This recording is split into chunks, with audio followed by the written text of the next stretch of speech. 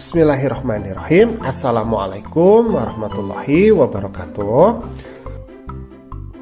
Pada kesempatan kali ini kita akan belajar di kelas 7. Pelajarannya yang ke-8, yaitu materi berempati itu mudah, menghormati itu indah.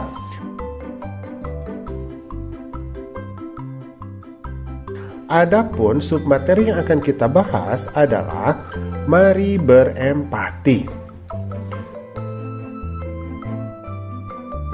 Tetapi sebelumnya, bagi kamu yang belum subscribe, silahkan subscribe dulu ya. Pencet tombol like, kemudian share. Oke, kita lanjutkan ya.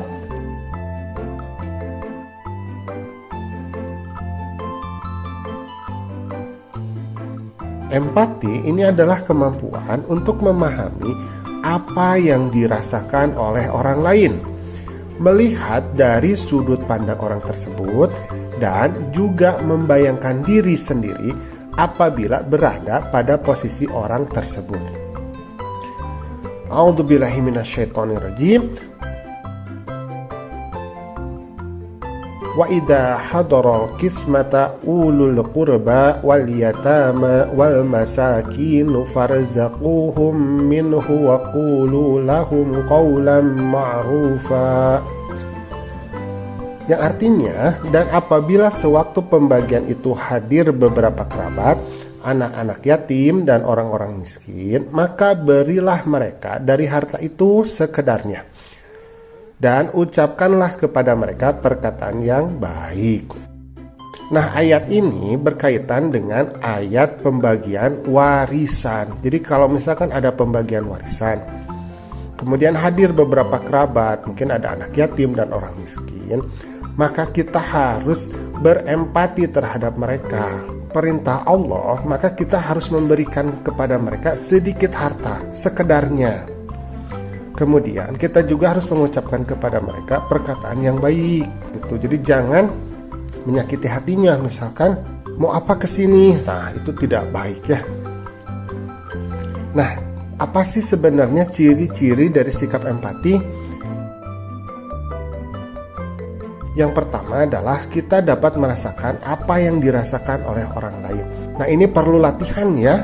Kemudian yang kedua, mampu menempatkan diri sebagai orang lain.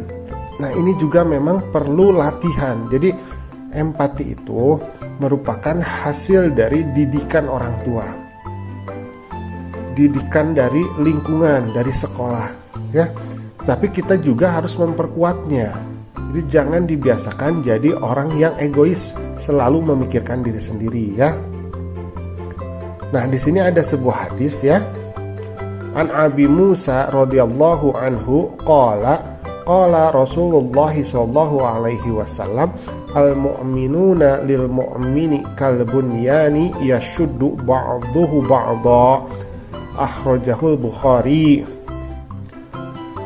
Jadi dari Abi Musa radhiyallahu anhu, dia berkata bahwa Rasulullah bersabda, orang mukmin yang satu dengan mukmin yang lain ini bagaikan satu bangunan yang bagian-bagiannya ini saling mengokohkan.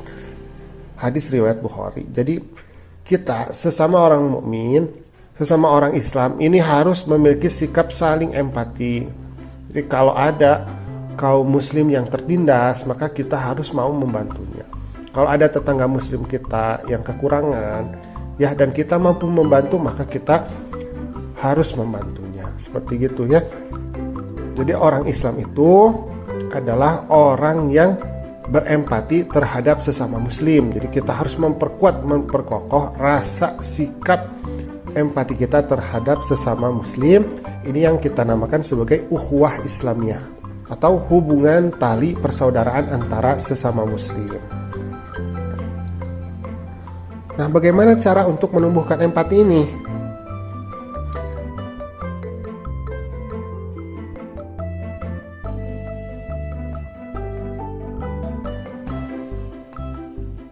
Yang pertama adalah kita berusaha untuk peka terhadap perasaan orang lain. berusaha untuk mampu menangkap ya perasaan orang lain.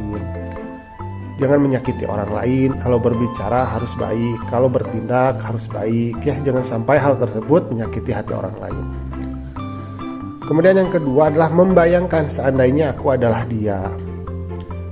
Jadi kalau kita dipukul orang sakit kan?